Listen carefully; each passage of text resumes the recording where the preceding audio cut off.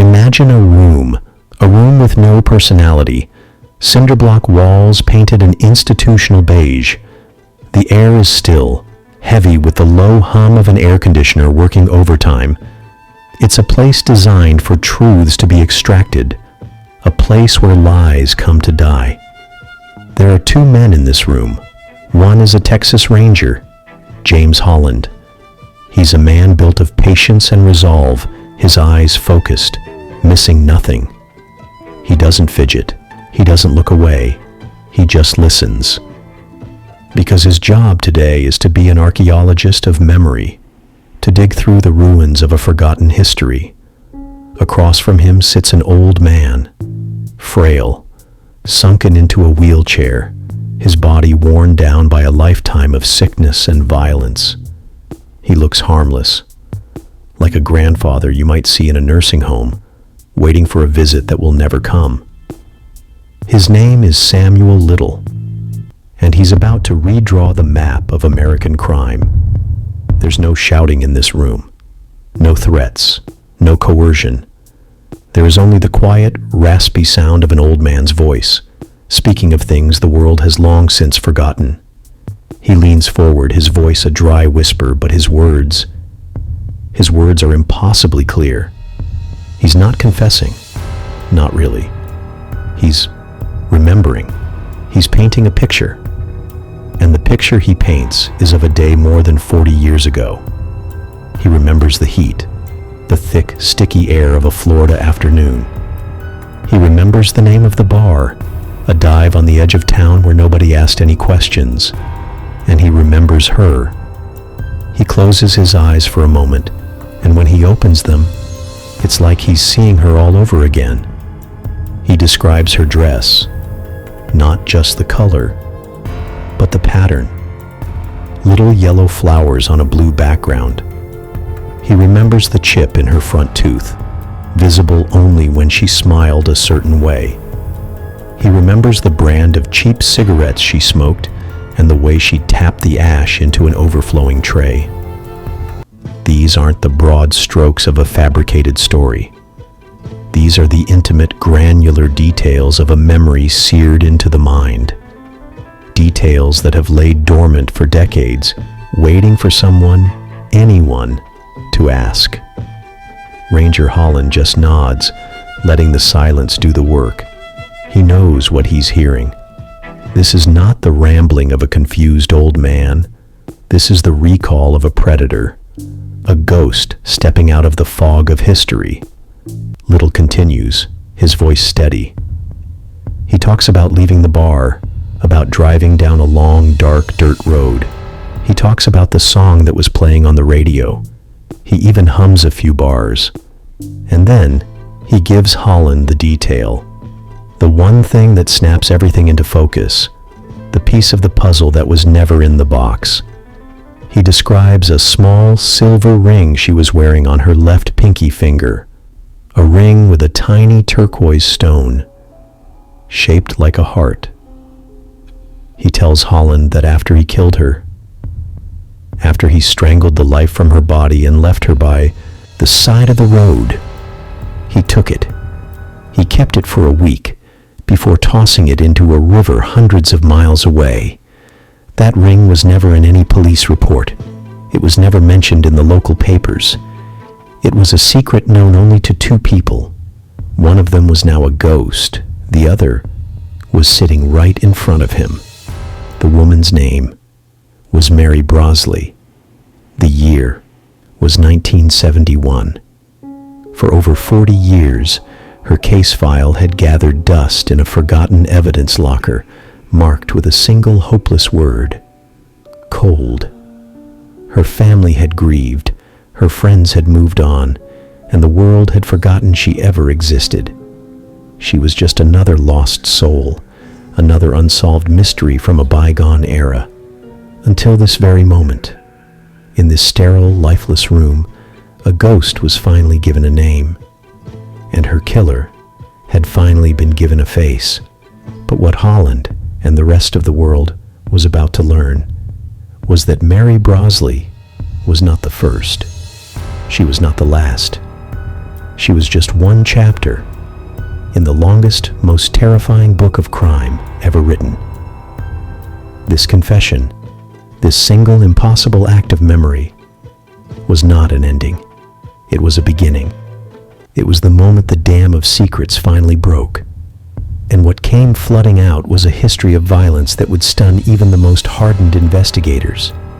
A tide of forgotten names and unsolved cases stretching from the sunny coasts of California to the swamplands of Florida, from the Rust Belt of Ohio to the deserts of Arizona.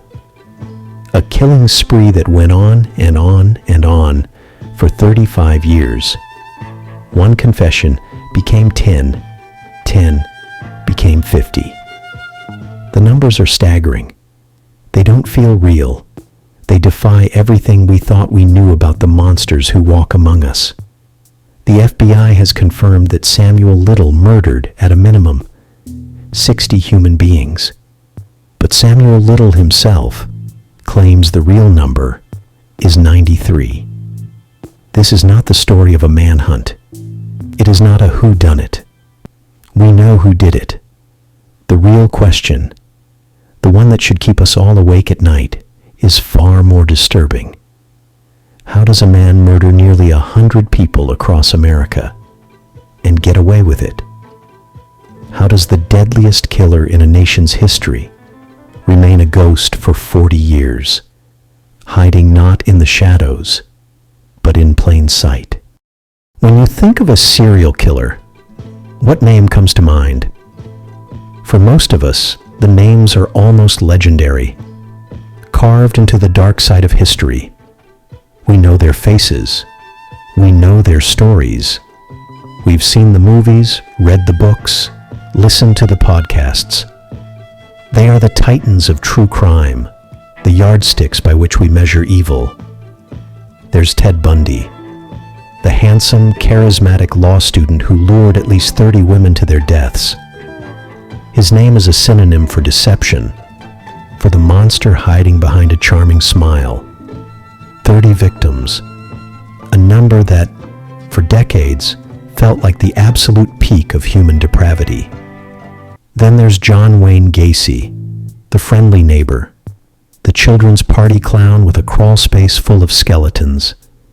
He murdered 33 boys and young men, burying them beneath his own home.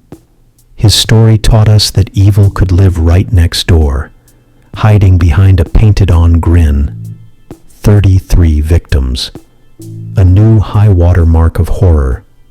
And of course, there's Jeffrey Dahmer, the quiet, lonely figure whose gruesome acts of murder, dismemberment, and cannibalism shocked the entire world. 17 victims.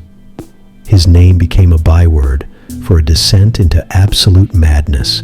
Bundy, Gacy, Dahmer. These are the household names of horror. For half a century, they have been the holy trinity of serial murder, their stories told and retold until they become a kind of modern folklore. Their combined victim count is 80. 80 lives, 80 families destroyed, 80 stories that have haunted the public imagination for generations. It seems an impossible number to surpass, an unbreakable record of evil. But it's not even close. The man you saw in that interrogation room, the frail old man in the wheelchair, Samuel Little, his confirmed victim count isn't just higher. It makes the others look like amateurs. His number doesn't just add to the list, it rewrites the entire book. The FBI has definitively linked him to 60 murders. 60. And that's just the ones they can prove beyond a shadow of a doubt. Samuel Little himself claimed the real number was 93. Let that sink in for a moment. 93. More than Bundy, Gacy, and Dahmer combined. One man, one single solitary predator, who stalked the highways and back roads of America for 35 years, committing murder on a scale that is, quite simply, unprecedented in the annals of modern crime. He is, without exaggeration or hyperbole, the most prolific serial killer in American history. And this brings us to the real question, the one that sits at the dark heart of this entire story. If he was the most prolific, if he was the deadliest, if he was, by every available metric, the worst serial killer this country has ever produced, then why have so many of us never even heard his name? That question is where our story truly begins. Because the most terrifying part of Samuel Little's reign of terror isn't the number. A number is just a statistic. It's cold. It's abstract. No, the true horror of this story is the silence. The decades of deafening silence that followed each and every murder. The silence that allowed him to kill and kill and kill again, with almost no one noticing. For over 30 years, Samuel Little was a ghost, a phantom moving through the shadows of America, leaving a trail of bodies that no one was connecting. He was a whisper in a world of shouted headlines. But he was only able to be a ghost for one simple, soul-crushing reason. His victims were already invisible. He didn't hunt college students on brightly lit campuses. He didn't target businessmen in wealthy suburbs. He didn't choose victims whose disappearances would trigger immediate, frantic media coverage and massive police investigations. No.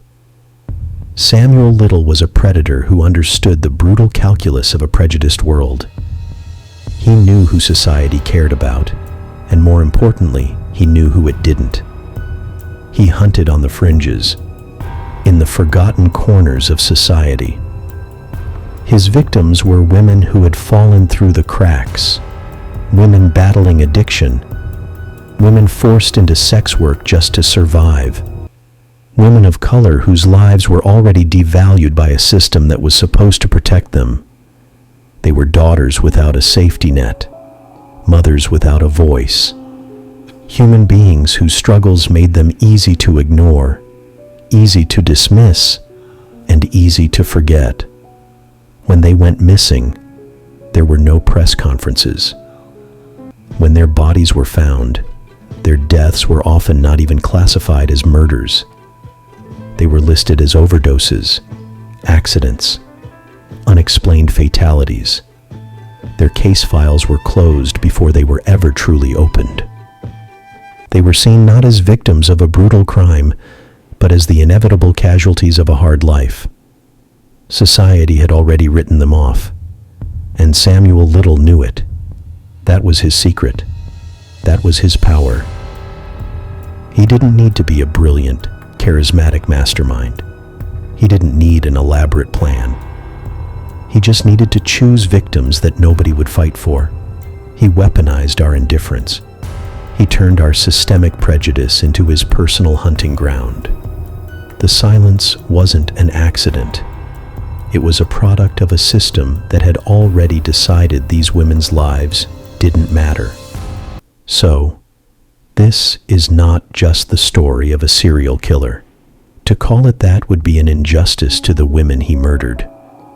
This is the story of a nation's forgotten dead. It is a search for ghosts. It is an investigation into the silence and a reckoning with the uncomfortable truth of who we choose to mourn and who we allow to disappear without a trace.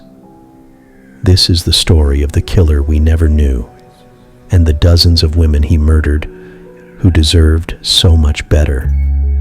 Also, how does a monster like Samuel Little come to be? How is a predator of this magnitude forged? The easy answer is to say he was simply born evil, a bad seed. But the truth is never that simple. A killer like this isn't born in a single moment. He is assembled piece by piece over a lifetime.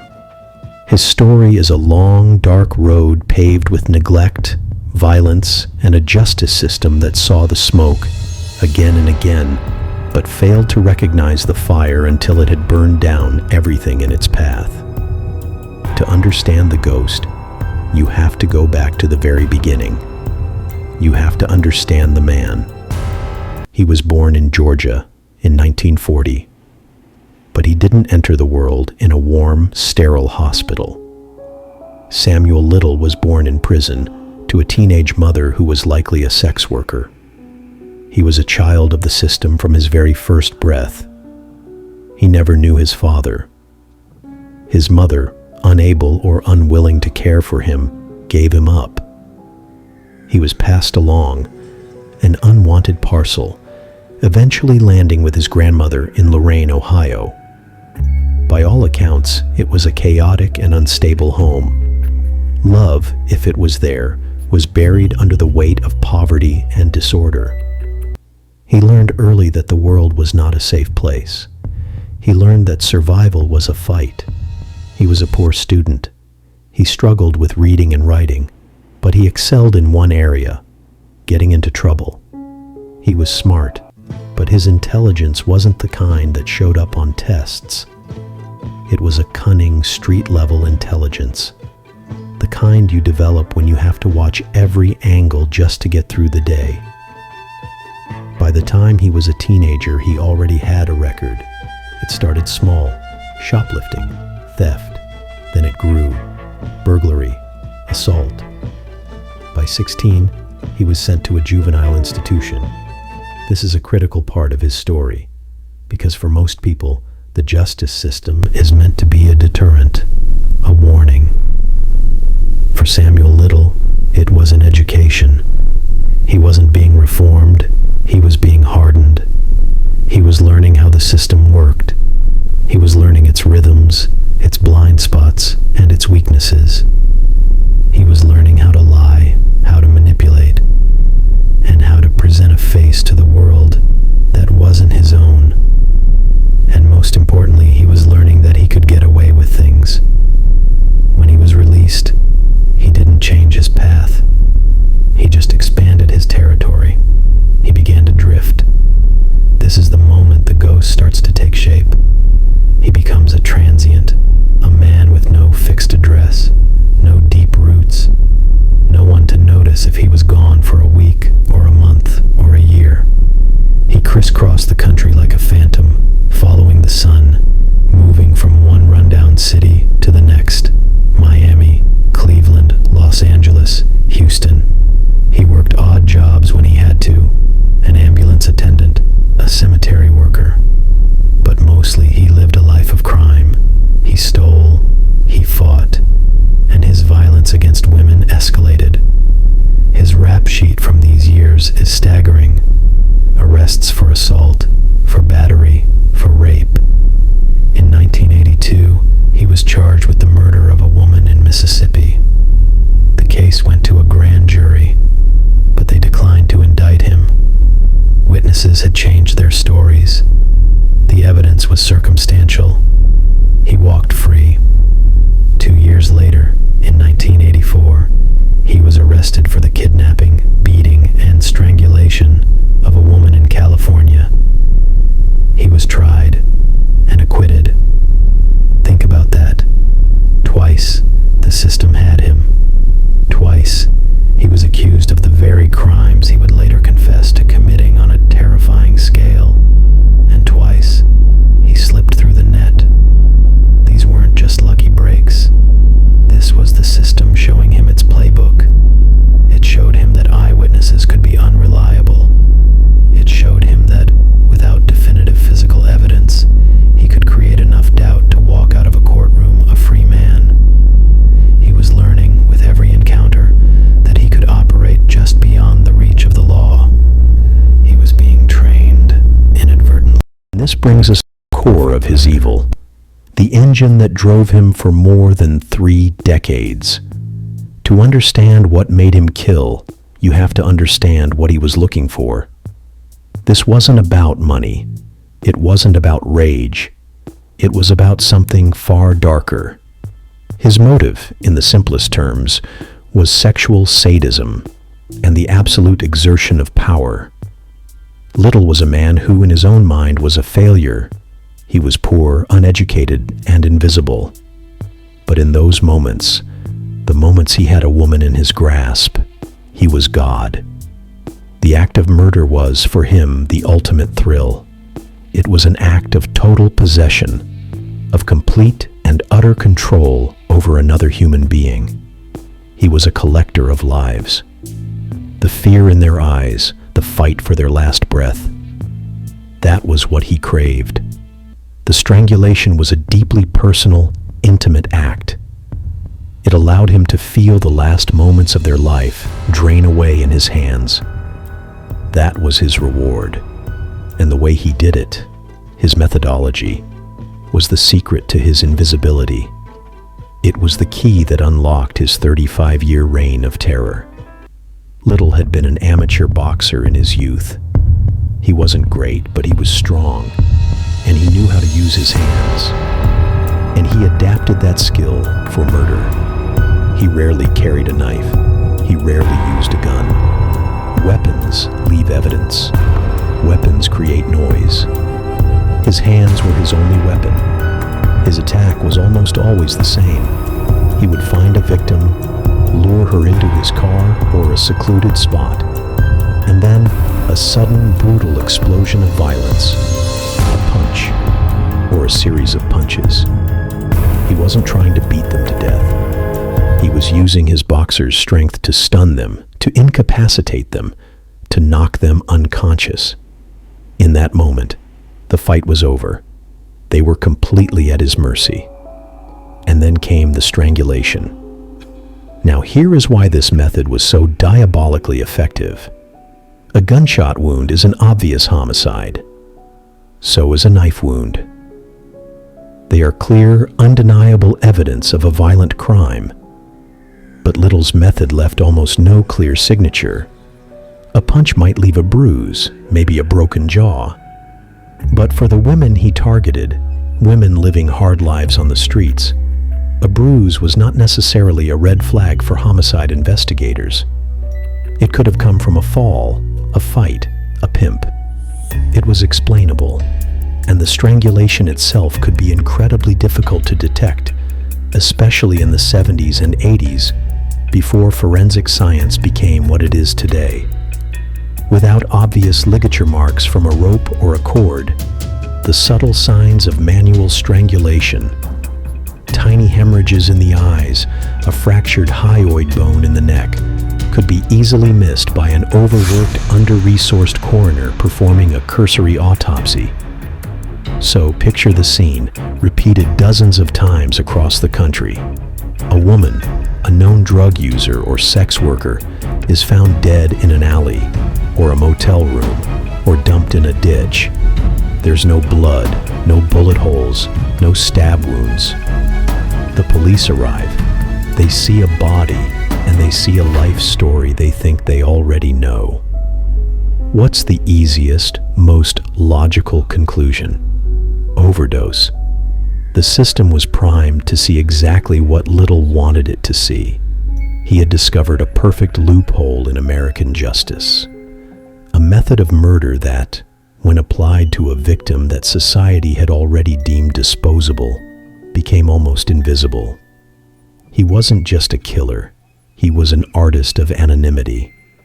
And he used the cracks in a prejudiced system as his personal canvas, painting a secret masterpiece of death across the entire country, one forgotten woman at a time. So now we know how he did it. We understand the terrible, simple method that made Samuel Little a ghost. But to truly grasp the scale of his reign, we have to follow his trail. We have to draw a map of the silence he left behind. Because for 35 years, this man didn't just stay in one city or one state. He moved like a virus across the entire country, leaving behind a constellation of injustice, a secret geography of forgotten graves. Each new city was a new hunting ground, each new victim, a new cold case waiting to be born. His story is written across the backroads and forgotten neighborhoods of America. To understand it, we have to visit the ghosts where they lie. Let's go back. The year is 1977. The place is Macon, Georgia. This is the world of disco, of gas shortages, a world that exists now only in faded photographs. A young woman named Yvonne Pless is trying to find her way. She's only 20 years old, a life barely begun, full of all the messy, complicated, hopeful things a life can be. She was a daughter, a friend.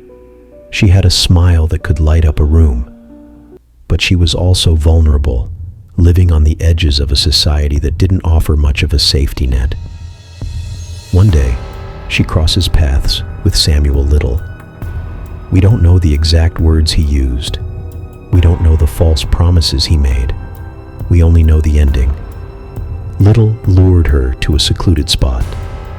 And there, he did what he always did. The sudden, shocking violence, the punch, and then the strangulation. He took her life, and then he simply drove away. Yvonne's body was found. An investigation was opened. But think about the world of 1977. There is no DNA database. There is no nationwide computer network for law enforcement. The science of forensics is in its infancy. The police have a body, a young black woman from a poor part of town. They have no witnesses, no weapon, no obvious signs of a struggle. They have nothing. Her case file grows thin. The leads dry up. And eventually, her name is added to a long, sad list of unsolved murders. Her family is left with a wound that will never heal. The system moves on. And the ghost. The ghost is already hundreds of miles away, looking for his next victim. Yvonne Pless was just one of the first stars in a constellation that was just beginning to form. Her file would sit in a dusty box for more than 40 years, a silent testament to a crime that seemed destined to go unpunished forever. Now let's move forward in time to the 1980s. The decade of big hair and neon lights. Samuel Little is now in his 40s. He's no longer a young predator. He is a seasoned, practiced killer.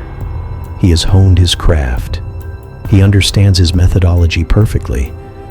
And he understands the systemic indifference that makes it so effective. Let's go to Pascagoula, Mississippi. 1982. A 36-year-old woman named Melinda Lepre disappears. She was a mother. She was loved. But she too was struggling. Little meets her. He charms her. He offers her a ride. It's the same story, just a different name, a different town. He drives her out to a deserted cemetery. And there, among the tombstones, he murders her. He dumps her body. And once again, he vanishes. But this time, something different happens. This time, there's a witness. Someone saw Melinda with Little. An investigation leads the police directly to him. They find him. They arrest him. They charge him with her murder. For a moment, it seems like the ghost's reign is over. He is in custody. He is facing justice. But remember what Little learned from his early acquittals. He knew how to work the system. The witness's testimony was questioned. The physical evidence was weak. Little, a master manipulator, likely told a convincing story. It was enough. The grand jury failed to indict him. The charges were dropped. Samuel Little walked out of a Mississippi jail, a free man. You have to pause and absorb the weight of that moment. The system had the most prolific serial killer in American history in its grasp, and it let him go. He didn't escape. He was released. Melinda Lepre's case went cold. Her family was denied justice, and Samuel Little. He learned a profound lesson. He learned that he wasn't just a ghost. He was invincible. The system wasn't just failing to catch him. It was actively clearing his path. He had a green light to continue his masterpiece of death. And that is exactly what he did. Now let's jump forward again. It's the 1990s. A new decade. New technology. The world is changing.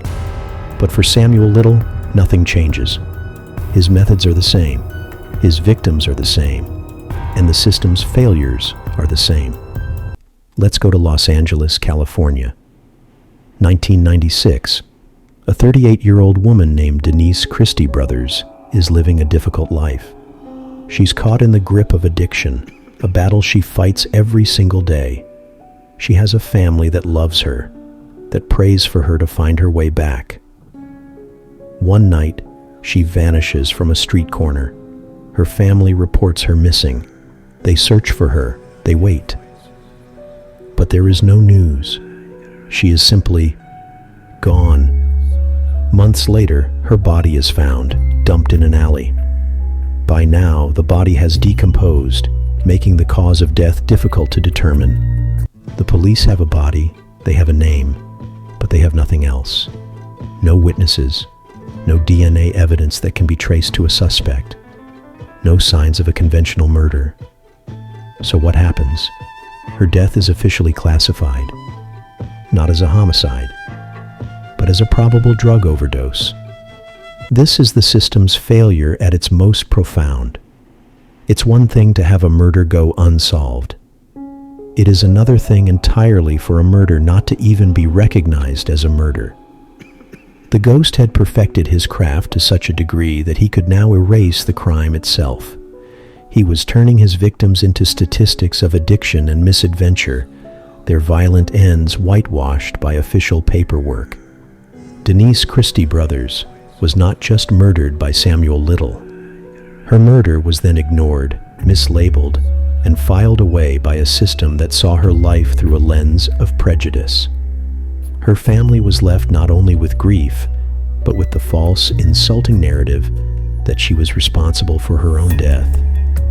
Yvonne Pless, Melinda Lepre, Denise Christie Brothers, 3 women, 3 different decades, 3 different states, 3 identical stories of murder, followed by 3 identical stories of systemic failure. And these are not exceptions. They are the template. They are just 3 stars in a vast, dark sky. For every one of them, there are dozens of others. A woman in Ohio whose death was ruled an accident. A woman in Louisiana whose case was closed after a week. A woman in Arizona who was never even identified. For 35 years, the ghost roamed free, leaving this trail of forgotten women in his wake. Dozens of police departments in dozens of states each held one tiny piece of a monstrous jigsaw puzzle, and none of them could see the full picture. It seemed as if he would never be stopped, that the silence would last forever. But in the 21st century, a new kind of science was about to give the ghosts a voice. And finally, give the ghost a name. The hunt was about to begin. The year is 2012. For 35 years, the ghost has been drifting, a phantom leaving a trail of death in his wake. The world has changed around him. Technology has evolved. But he remains the same, a relic of a bygone era of crime, still hiding in plain sight. And when the end finally begins, it doesn't happen with a dramatic shootout or a brilliant piece of detective work. It happens quietly, in a homeless shelter in Louisville, Kentucky. Samuel Little, now in his early 70s, is arrested, not for murder, but on a routine narcotics charge. He's just another old man who has fallen on hard times, another face in the system. He's processed, his fingerprints are taken, and a sample of his DNA is entered into a national database. It's a standard procedure done thousands of times a day across the country. But this time, something is different. This time, the silence is broken by the beep of a computer. Across the country, in Los Angeles, a cold case detective gets an alert. A hit. The DNA belongs to a John Doe, scraped from the crime scene of a woman named Carol Alford, murdered and dumped in an alley way back in 1987. For decades, her killer was a nameless shadow. Now, that shadow has a name: Samuel Little. The ghost, after all these years, had finally been captured. Not by a person, but by a code. For 35 years, the silence was absolute. The system failed, and a ghost hunted the forgotten women of America with impunity. But what you have just seen is only half the story. The hunt was about to begin, and the breakthrough would lead to a final, chilling chapter that no one could have predicted. The full story of the DNA capture, the shocking confessions, and the killer who became the lead investigator in his own crimes will be revealed in Part 2 of this investigation. To be notified the moment it's released, make sure you subscribe and click the notification bell. You do not want to miss how this story ends.